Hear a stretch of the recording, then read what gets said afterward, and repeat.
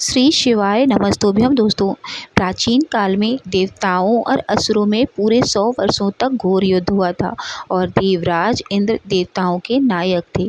इस युद्ध में देवताओं की सेना परास्त हो गई थी और इस प्रकार संपूर्ण देवताओं को की जो जीत थी वो महिषासुर इंद्र जो है अपने आप को बना बैठा था। युद्ध के पश्चात हारे हुए देवता प्रजापति श्री ब्रह्मा को साथ लेकर उस स्थान पर पहुँचे जहाँ पर कि भगवान शंकर विराजमान थे।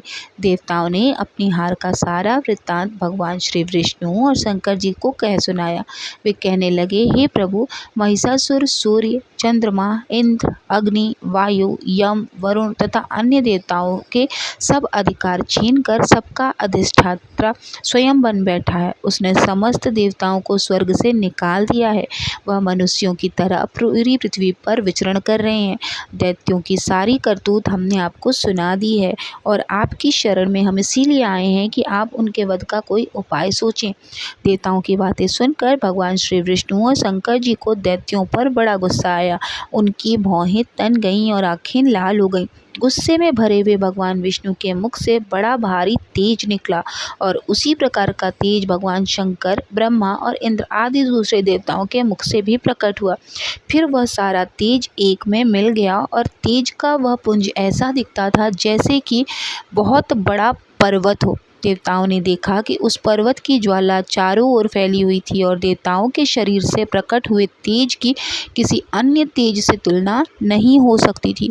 एक स्थान पर इकट्ठा होने पर वह तेज एक देवी के रूप में परिवर्तित हो गया और अपने प्रकाश से तीनों लोकों में व्याप्त जान पड़ा। वह भगवान शंकर का तेज था। उससे देवी का मुख प्रकट हुआ। यमराज के तेज से उसके सिर के बाल बने। भगवान विष्णु के तेज से उनकी भुजाएं बनी। चंद्रमा के तेज से दोनों स्तन और इंद्र के तेज से जंघा तथा पिंडली बनी और पृथ्वी के तेज से नितंब भाग बना। ब्रह्मा के तेज से दोनों चरण और सूर्य के तेज से उनकी उंगलियां पैदा हुईं। वसुओं के तेज से हाथों की उंगलियां एवं कुबेर के तेज से नासिका बनी। प्रजापति के तेज से उसके दांत और अग्नि के तेज से उसके नेत्र बने।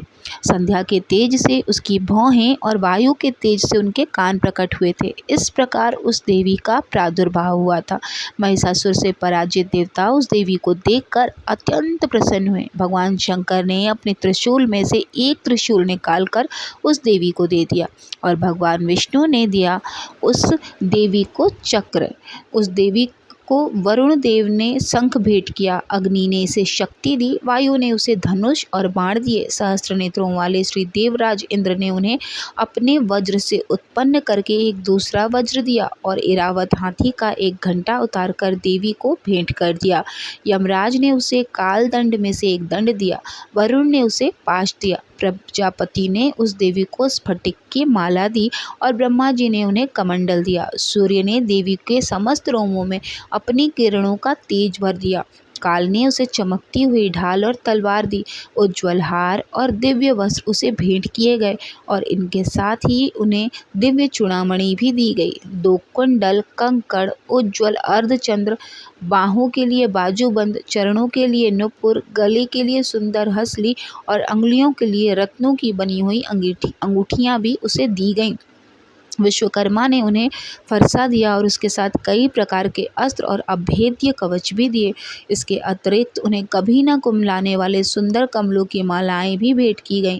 समुद्र ने सुंदर कमल का फूल भेंट किया। हिमालय ने सवारी के लिए सिंह और तरह तरह के रत्न देवी को भेंट किए।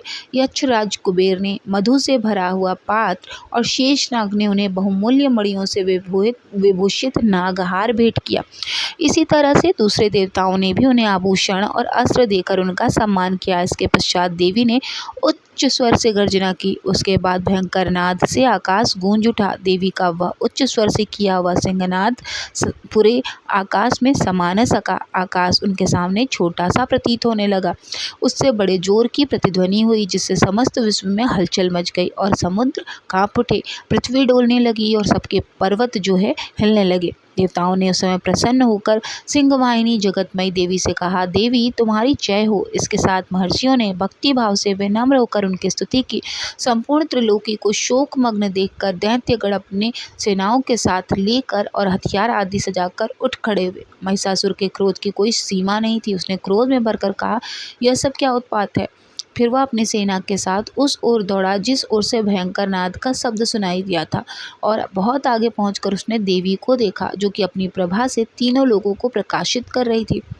उसके चरणों के भार से पृथ्वी दबी जा रही थी। माथे के मुकुट से आकाश में एक रेखा सी बन रही थी, और उसके धनुष के टंकार से सब लोग क्षुब्ध हो रहे थे।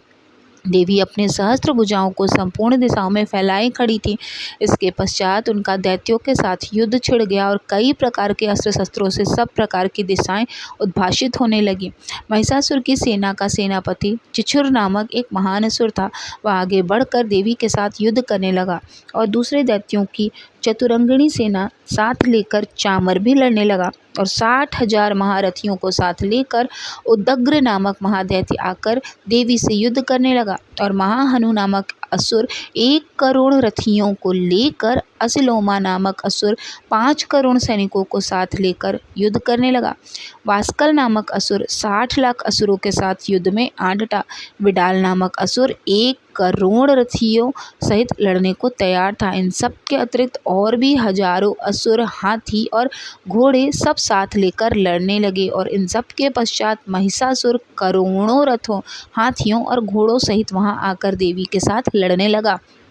सभी असुर तोमर, बिंदीपाल, शक्ति, मूसल, खड्गों, फरसों, पट्टियों के साथ रणभूमि में देवी के साथ युद्ध करने लगे। कई शक्तियां फेंकने लगे, और कोई अन्य तलवारें हाथों में लेकर देवी की ओर दौड़े और उसे मार डालने का प्रयास करने लगे। मगर देवी ने क्रोध में भरकर खेल ही खेल में उन सब अस्त्र शस्त्रों को काट दिया।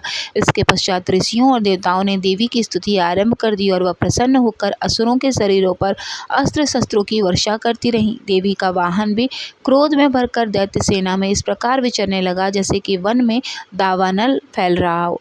युद्ध करती हुई देवी ने क्रोध में भरकर जितने श्वासों को छोड़ा, वह तुरंत ही सैकड़ों हजारों गणों के रूप में परिवर्तित हो गए। फरसे, बिंदीपाल, खड्ग तथा पट्टिश इत्यादि अस्त्रों के साथ दैत्यों से युद्ध करने लगे। देवी की शक्ति से बढ़े हुए वह गण दैत्यों का नाश करने लगे। ढोल, शंख व मृदंग आदि सब बज रहे थे। तदंतर देवी ने त्रिशूल, गदा, शक्ति, खड्ग इत्यादि से सहस्त्रों असुरों को मार डाला। कितनों को घंटे की भयंकर आवाज से ही यमलोक पहुंचा दिया। कितने ही असुरों को उसने पास में बांधकर पृथ्वी पर धर घसीटा। कितनों को अपनी तलवारों से टुकड़े कर दिए, और कितनों को गदा की चोट से धरती पर सुला दिया। कई दैत्य मूषल की मार से घायल होकर रक्त वमन करने लगे, और कई सूल से छाती फट जाने के कारण पृथ्वी पर ही ढेर हो गए। कितनों की बाण से कमर टूट गई। देवताओं को पीड़ा देने वाले दैत्य कट कट कर मरने लगे। कितनों की बाहें अलग हो गईं, कितनों की ग्रीवाएं कट गईं, कितनों के सिर कट गए, कुछ दूर भूमि पर जाकर लुढ़क गए, कितनों के शरीर बीच में से कट गए, और कितनों की जंघाएं कट गईं। सभी जाकर पृथ्वी पर गिर पड़े। कितने ही सिरों व पैरों के कटने पर भी भूमि पर से वे उठ खड़े हुए, और शस्त्र हाथ में लेकर देवी की ओर लड़ने लगे।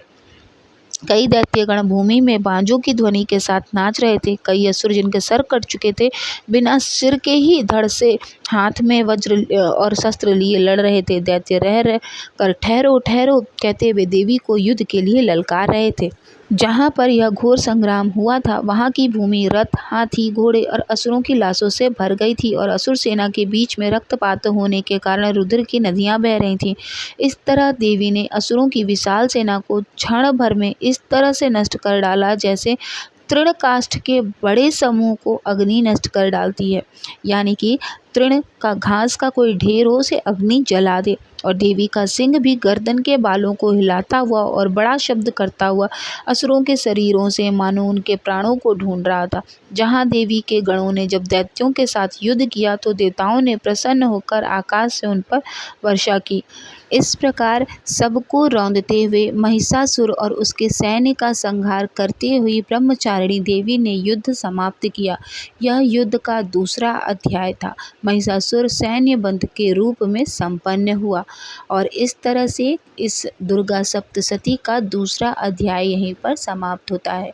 तो दूसरे दिन आप सबसे पहले सुबह में दूसरा अध्याय कर लीजिएगा और दूसरे ही दिन माँ चंद्रघंटा की भी पूजा की जाएगी तिथि के अनुसार। तो तीसरा अध्याय भी आपको दूसरे ही दिन समाप्त कर लेना है। आई होप आप सभी को वीडियो अच्छी लगी होगी, अध्याय पसंद आया होगा। कमेंट बॉक्स में जय माता दी लिखना ना भूलें। मिलेंगे नेक्स्ट वीडियो में, तब तक के लिए ओम नमः शिवाय, जय माता दी।